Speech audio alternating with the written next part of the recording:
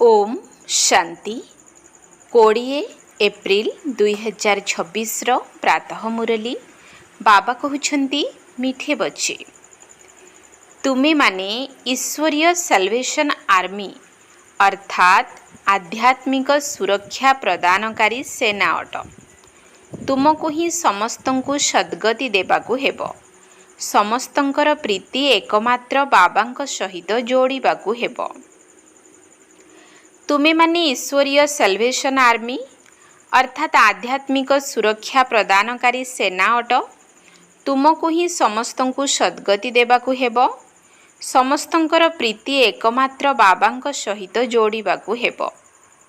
प्रश्न, मनुष्य निजर बुद्धि केउ कथारे लगाउछंती एवं तुमको निजर बुद्धि केउ कथारे लगाइबाकु हेबो? उत्तर, मनुष्य तो निजर बुद्धि आकाश और सृष्टिर अंत पाइबारे लगाउछंती, किंतु एहा द्वारा तो कौनसी लाभ हेउ नाही, एहार अंत मिली पारिबो नाही। तुमे संतान माने निजर बुद्धि लगाउछ पूज्य हेबा पाई, तांकु दुनिया पूजा करिबो नाही। तुमे संतान माने तो पूज्य देवता हेउछ। तो तुम्हें पाके हमने जहाँ पा लिया है। ओम शांति। पिला माने जानी गलेनी जे एहा हेउछि ज्ञान मार्ग, ताहा हेउछि भक्ति मार्ग। एबे प्रश्न उठुछि जे भक्ति मार्ग भलो ना ज्ञान मार्ग भलो? दुईटी जिनिस हैला ना। कुहा जाए ज्ञान द्वारा सद्गति होई थाए, तेबे निश्चय कुहा जीवो जे भक्ति और ज्ञान दुईटी जाक भिन्न भिन्न अटे। मनुष्य माने भाबुछंती भक्ति करिबा द्वारा ज्ञान मिलिबो, तेबे जाई सद्गति हेबो। भक्ति मझिरे ज्ञान आसी पारिबो नाही। भक्ति समस्तंक पाई एवं ज्ञान मध्य समस्तंक पाई रहिछि। वर्तमान हेउछि कली जुगर अंतिम समय, तेबे निश्चय समस्तंकर दुर्गति हेबो। सेथि पाई डाकुछंती एवं गान मध्य करूछंती जे अन्य संग छाड़ी तुमरी संग करिब। तेबे से किए काहा सहित संग करिबो एकथा तो बुझु नाहांती। प्रायतः समस्तंकर बुद्धि श्रीकृष्ण आड़ को चली जाउछि। आमे सच्चा प्रीति तुम सहित जोड़िबु, तेणु जेबे श्रीकृष्ण सहित ही प्रीति जोड़ुछंती, तेबे गुरु गोसाई आउ काहार आवश्यकता ही नाही। श्रीकृष्ण को ही स्मरण करिबाकु हेबो। श्रीकृष्ण चित्र तो समस्तंक पाखरे अछि। श्रीकृष्ण जयंती मध्य पालन करुछंती, पुणी आउ काहा पाखकु जीवार आवश्यकता ही नाही। जेपरि मीरा जनक सहित संग करिथिले, कर्मधंदा करिबा समय मध्य श्रीकृष्ण को ही स्मरण करुथिले। घरे खाइबा पीबा रहिबा तो होई थाए, किंतु सत्य प्रीति एकमात्र कृष्णक सहित जोड़िथिले। जेपरि से प्रेमिक ये प्रेमिका होई जाइथिले। श्रीकृष्ण को स्मरण करिबा द्वारा फल मध्य मिली थाए।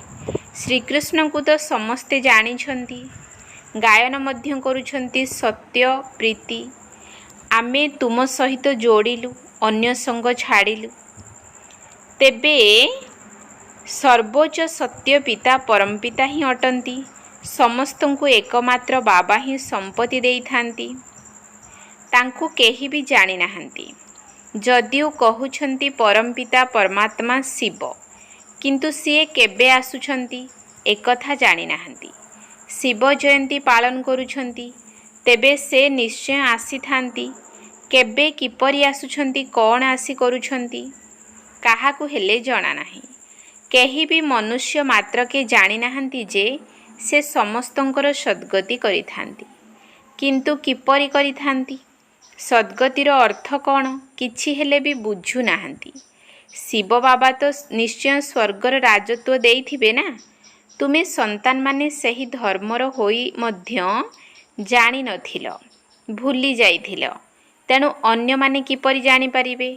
एबे शिव बाबांक द्वारा तुमे जानुछ ओ अन्य को कहूछ। तुमे ईश्वरीय सुरक्षा प्रदानकारी सेना, सुरक्षा प्रदानकारी कुह अथवा सद्गतिर मार्गदर्शक सेना कुह। एबे तुम संतान मानक उपरे बहुत बड़ दायित्व रहिछि। तुमे चित्र संबंधरे मध्य बुझाई पारिबो। भाषा तो अनेक रहिछि, मुख्य मुख्य भाषारे चित्र तैयारी करबाकू पड़ुछि। भाषार मध्य बहुत झमेला रही सेथिपाई प्रदर्शनी मध्य करबाकू पड़ुछि। चित्र माध्यम रे बुझाइबा बहुत सहज होइथाए। सृष्टिचक्र चित्र रे मध्य समस्त ज्ञान रही। सीडी चित्र केवल भारतवासी एथिरे आउ कौनसी धर्म ही नाही। एपरि नुहे जे भारत तमो प्रधान हेउछि आउ अन्य माने हेउ नाहंती। तमो प्रधान तो समस्ते हेउछंती, तेणु तांको पाई मध्य हेबा दरकार। एही सबु सेवार खियाल बुद्धि रे आसीबा उचित। दुई पितांकर रहस्य मध्य बुझाइबाकू हेबो। संपत्ति रचयितांक ठारु मिली थाए। एकथा मध्य सबु धर्मावलंबी माने जानिछंती जे लक्ष्मी नारायण भारतर प्रथम महाराजा महाराणी अथवा भगवान भगवती थिले।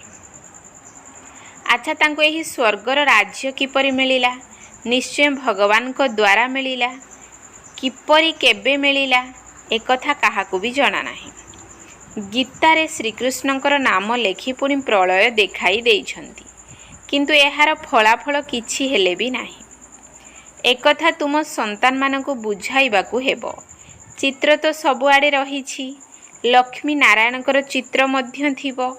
जदिও पोशाक चेहरा आदि अलगा होइथिबो, जाहाकू जहा आसिला बसी तैयारी करिदेले। श्रीनाथ श्रीनाथिनी एही राधा कृष्ण अटंती ना। श्री राधा श्रीकृष्ण तो ताजधारी नुहंती, से देखिबाकू कला मध्य नुहंती। राजधानी लक्ष्मी नारायणकर अटे, राधा कृष्णकर नुहे।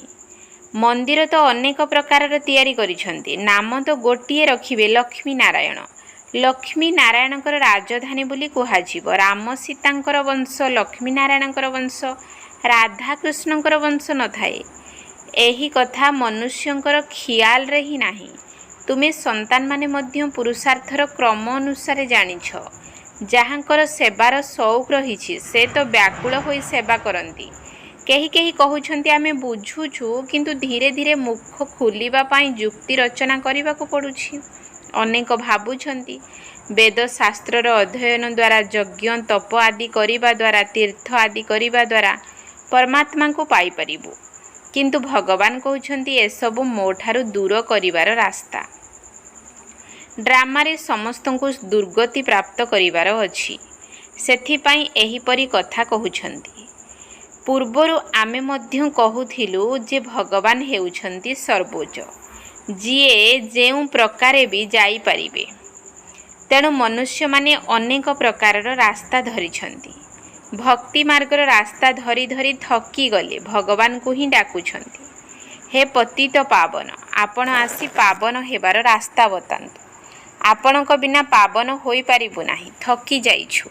भक्ति दिन को दिन क्लांत कराई देउछि। वर्तमान तो मेला आदि रे लक्ष लक्ष आत्मा एकत्र हेउछंती, केते अपरिष्कार करुछंती।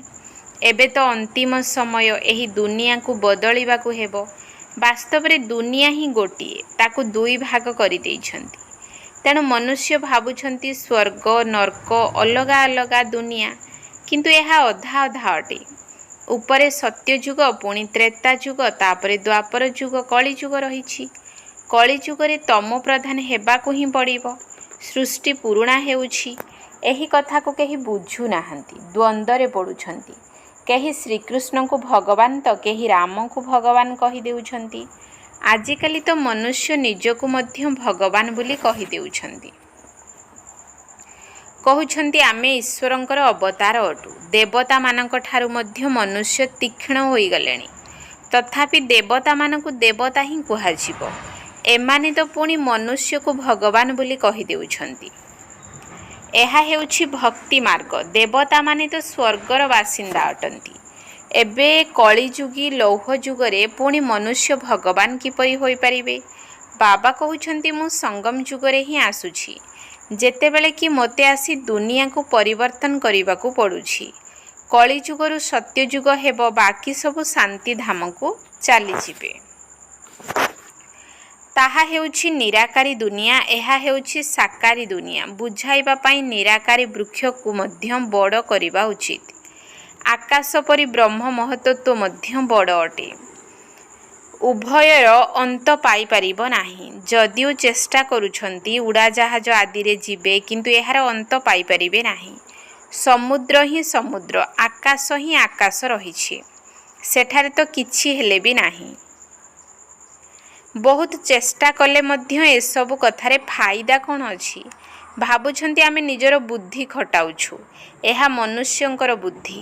ବିଜ୍ଞାନର ଗର୍ବ ମଧ୍ୟ ମନୁଷ୍ୟଙ୍କ ପାଖରେ ଅଛି। କେହି ଏସବୁର କେତେ ବି ଅନ୍ତ ପାଇଲେ ମଧ୍ୟ ସାରା ଦୁନିଆ ତାଙ୍କୁ ପୂଜା ତ କରିବ ନାହିଁ। ଦେବତାମାନଙ୍କର ତ ପୂଜା ହୋଇଥାଏ। ତୁମ ସନ୍ତାନମାନଙ୍କୁ ବାବା କେତେ ଉଚ୍ଚ କରୁଛନ୍ତି, ସମସ୍ତଙ୍କୁ ଶାନ୍ତିଧାମ ନେଇଯାଉଛନ୍ତି। ଏକଥା ଭଲେ ସମସ୍ତେ ଜାଣିଛନ୍ତି ଯେ ଆମେ ମୂଳବତନରୁ ଆସିଛୁ, କିନ୍ତୁ ତୁମମାନଙ୍କ ପରି ଦୁନିଆର ମନୁଷ୍ୟମାନଙ୍କୁ ଏକଥା ଜଣା ନାହିଁ ଯେ ଶାନ୍ତିଧାମ କ'ଣ, ଆତ୍ମାମାନେ ସେଠାରେ କିପରି ରହୁଛନ୍ତି, ପୁଣି କିପରି କ୍ରମାନୁସାରେ ଆସୁଛନ୍ତି, ଏକଥା କେହି ବି ଜାଣିନାହାନ୍ତି।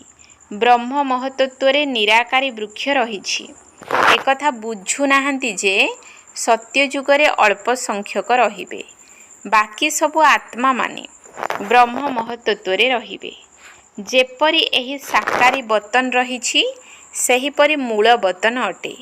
ବତନ କେବେ ଖାଲି ହୁଏ ନାହିଁ, ନା ଏଠାରେ ନା ସେଠାରେ। ଯେତେବେଳେ ଅନ୍ତ ହେଉଛି ସେତେବେଳେ ତ ଟ୍ରାନ୍ସଫର ହୋଇଯାଉଛି। କିଛି ତ ଏହି ବତନରେ ରହିବେ। ଯଦି ସାରା ବତନ ଖାଲି ହୋଇଯିବ ତେବେ ତ ପ୍ରଳୟ ହୋଇଯିବ, କିନ୍ତୁ ପ୍ରଳୟ ହୁଏ ନାହିଁ। ଏହା ଅବିନାଶୀ ଖଣ୍ଡ ଅଟେ ନା।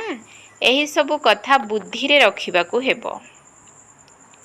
ସାରାଦିନ ଏହି ଖିଆଲ ରହୁ ଯେ ଆମେ କିପରି କାହାର କଲ୍ୟାଣ କରିବୁ। ତୁମ ସହିତ ପ୍ରୀତି ହୋଇଗଲା ତେବେ ତାଙ୍କର ପରିଚୟ ତ ଦେବାକୁ ହେବ ନା। ସେ ବାବା ଅଟନ୍ତି, ତାଙ୍କଠାରୁ ସମ୍ପତ୍ତି ମିଳୁଛି। କିପରି ମିଳୁଛି ତାହା ଆମେ କହିପାରିବୁ। ବୁଝାଇବାରେ ମଧ୍ୟ କ୍ରମାନୁସାରେ ରହିଛନ୍ତି। କେହି ତ ବହୁତ ଭଲ ଭାବରେ ଭାଷଣ କରୁଛନ୍ତି, କେହି ନ କରିପାରୁଛନ୍ତି ତ ଶିଖିବାକୁ ପଡ଼ିବ। ପ୍ରତ୍ୟେକ ପିଲାଙ୍କୁ ନିଜର କଲ୍ୟାଣ କରିବା ଦରକାର। ବର୍ତ୍ତମାନ ଯେତେବେଳେ କି ରାସ୍ତା ମିଳିଛି, ତେଣୁ ପରସ୍ପରର କଲ୍ୟାଣ କରିବାକୁ ହେବ। ମନ ହେଉଛି ଅନ୍ୟମାନଙ୍କୁ ମଧ୍ୟ ବାବାଙ୍କର ବର୍ଷା ପ୍ରାପ୍ତ କରାଇବୁ, ରୁହାନୀ ସେବା କରିବୁ। ସମସ୍ତେ ପରସ୍ପରର ସେବା କରୁଛନ୍ତି। ବାବା ଆସି ରୁହାନୀ ସେବା ଶିଖାଉଛନ୍ତି। ଆଉ କେହି ବି ରୁହାନୀ ସେବା ଜାଣିନାହାନ୍ତି। ରୁହାନୀ ବାବା ହିଁ ଆତ୍ମାମାନଙ୍କର ସେବା କରୁଛନ୍ତି। ଶାରୀରିକ ସେବା ତ ଜନ୍ମ ଜନ୍ମାନ୍ତର ବହୁତ କରିଛ, ଏବେ ଅନ୍ତିମ ଜନ୍ମରେ ରୁହାନୀ ସେବା କରିବାକୁ ହେବ, ଯାହା ବାବା ହିଁ ଶିଖାଉଛନ୍ତି। ଏଥିରେ ହିଁ କଲ୍ୟାଣ ରହିଛି, ଆଉ କେଉଁଥିରେ ଫାଇଦା ନାହିଁ। ଗୃହସ୍ଥ ବ୍ୟବହାରରେ ରହି ମଧ୍ୟ ସମ୍ପର୍କ ରକ୍ଷା କରିବାକୁ ହେବ। ତାଙ୍କୁ ମଧ୍ୟ ଏହି କଥା ବୁଝାଇ ତାଙ୍କର କଲ୍ୟାଣ କରିବାକୁ ହେବ। ଯଦି ପ୍ରୀତି ଥିବ ତେବେ କିଛି ଶୁଣିବେ। କେହି କେହି ତ ଡରୁଛନ୍ତି। ଜଣା ନାହିଁ ଆମକୁ ମଧ୍ୟ ସନ୍ନ୍ୟାସ କରିବାକୁ ପଡ଼ିବ। ଆଜିକାଲି ତ ବହୁତ ସନ୍ନ୍ୟାସୀ ଅଛନ୍ତି ନା। କୌପିନି ପିନ୍ଧିଦେଲେ, 2 ଅକ୍ଷର ଶୁଣାଇ ଦେଲେ, କେଉଁଠୁ ନା କେଉଁଠୁ ଖାଇବାକୁ ତ ମିଳିଯାଉଛି। କୌଣସି ଦୋକାନକୁ ଗଲେ 2ଟି ପୁରୀ ଦେଇଦେବେ। ପୁଣି ଅନ୍ୟ କାହା ପାଖକୁ ଗଲେ ଏହିପରି ଭାବେ ତାଙ୍କର ପେଟ ପୂଜା ହୋଇଯାଏ। ଭିକାରୀ ମଧ୍ୟ ଅନେକ ପ୍ରକାରର ରହିଛନ୍ତି। ଏହି ବାବାଙ୍କ ଠାରୁ ତ ଗୋଟିଏ ପ୍ରକାରର ସମ୍ପତ୍ତି ମିଳୁଛି। ବେହଦ୍ର ବାଦଶାହୀ ମିଳୁଛି। ସଦା ନିରୋଗୀ ହେଉଛନ୍ତି। ସାହୁକାର ମୁସ୍କିଲରେ ଧାରଣ କରୁଛନ୍ତି। ଗରିବମାନଙ୍କର ମଧ୍ୟ କଲ୍ୟାଣ କରିବା ଉଚିତ। ବାବା ବହୁତ ପ୍ରଦର୍ଶନୀ କରାଉଛନ୍ତି, କାହିଁକି ନା ଅନେକ ଗାଁ ରହିଛି ନା। ମିନିଷ୍ଟରମାନେ ଯଦି ଏହି ଜ୍ଞାନକୁ ଭଲ ବୋଲି ବୁଝିବେ, ତେବେ ସମସ୍ତେ ଶୁଣିବାରେ ଲାଗି ପଡ଼ିବେ। ହଁ, ଆଗକୁ ଗଲେ ତୁମର ନାମ ବିଖ୍ୟାତ ହେବ, ପୁଣି ବହୁତ ଆସିବେ। ପାପ କଟିବାରେ ସମୟ ଲାଗୁଛି। ରାତି ଦିନ କେହି ଯୋଗଯୁକ୍ତ ହୋଇ ରହିଲେ ପାପ କଟି ଯାଇପାରେ। ଆତ୍ମା ପବିତ୍ର ହୋଇଗଲେ ପୁଣି ଏହି ଶରୀର ମଧ୍ୟ ତ୍ୟାଗ କରିବ। ଏସବୁ ବୁଝିବାର କଥା। ପ୍ରଦର୍ଶନୀରେ ମଧ୍ୟ ବୁଝାଇବାକୁ ହେବ। ମୁଖ୍ୟ ହେଉଛି ସାରା ଭାରତର କଥା। ଭାରତର ଭାଗ୍ୟ ଉଦୟ ହେଲେ ସମସ୍ତଙ୍କର ଉଦୟ ହୋଇଯିବ। ପ୍ରୋଜେକ୍ଟର ଠାରୁ ମଧ୍ୟ ପ୍ରଦର୍ଶନୀରେ ଅଧିକ ସେବା ହୋଇପାରିବ। ଧୀରେ ଧୀରେ ବୃଦ୍ଧି ହୋଇ ଚାଲିବ। ଦିନକୁ ଦିନ ତୁମର ନାମ ବିଖ୍ୟାତ ହୋଇଯିବ। ଏହା ମଧ୍ୟ ଲେଖିବା ଉଚିତ ଯେ 5000 ବର୍ଷ ପୂର୍ବରୁ ମଧ୍ୟ ଏହିପରି ହୋଇଥିଲା। ଏହା ତ ବହୁତ ବିଚିତ୍ର କଥା। ବାବା ଇସାରା ଦେଉଛନ୍ତି, किंतु पिलामाने बहुत कथा भूली जाउछंती। किछि भी हेले कहि देउछंती आजि ठारू 5000 वर्ष पूर्वे मध्य एहिपरि होइथिला। एहा तो बहुत स्पष्ट कथा, किंतु एकथा काहारी बुद्धि रे रहिले हेला। जदि खबर कागज रे बाहर करि परिबो तेबे किछि तो बुझी परिबे। ज्ञान मार्ग रे बहुत फास्ट क्लास अवस्था दरकार। एहिपरि कथा को मने पकाई हर्षित होई रहिबाकू पड़िथाए। अभ्यास होई गले अवस्था बहुत खुश मिजाज होई जिवो।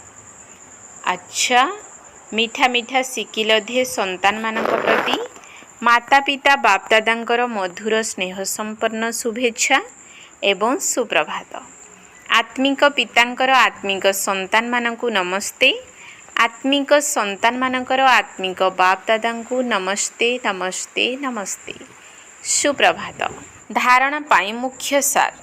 1 नंबर पॉइंट, अन्य समस्तंक ठारू बुद्धिर संग तुटाई एक बाबांक सहित जोड़िबा उचित एवं समस्तंकर प्रीति एकमात्र बाबांक सह जोड़िबार सेवा करिबा उचित।